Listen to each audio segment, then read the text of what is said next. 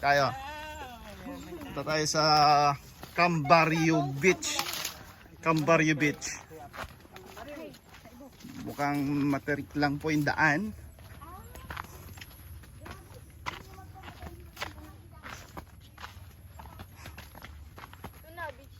Ah, ito na.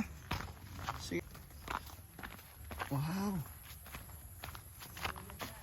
Ito yung bahay namin, tapos yun na nahilog doon. Ah, ano dan? Ano ito? Yung nakaano dun sa... Ah, yung windmill. Ah, ba't nga naman nahulog yan? Sobrang hangin na po.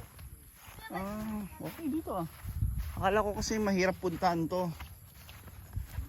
Buti hindi kayo natamaan. Naku.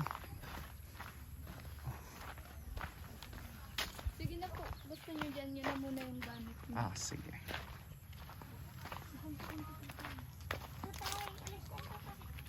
Iwan muna natin ang alaga natin dito.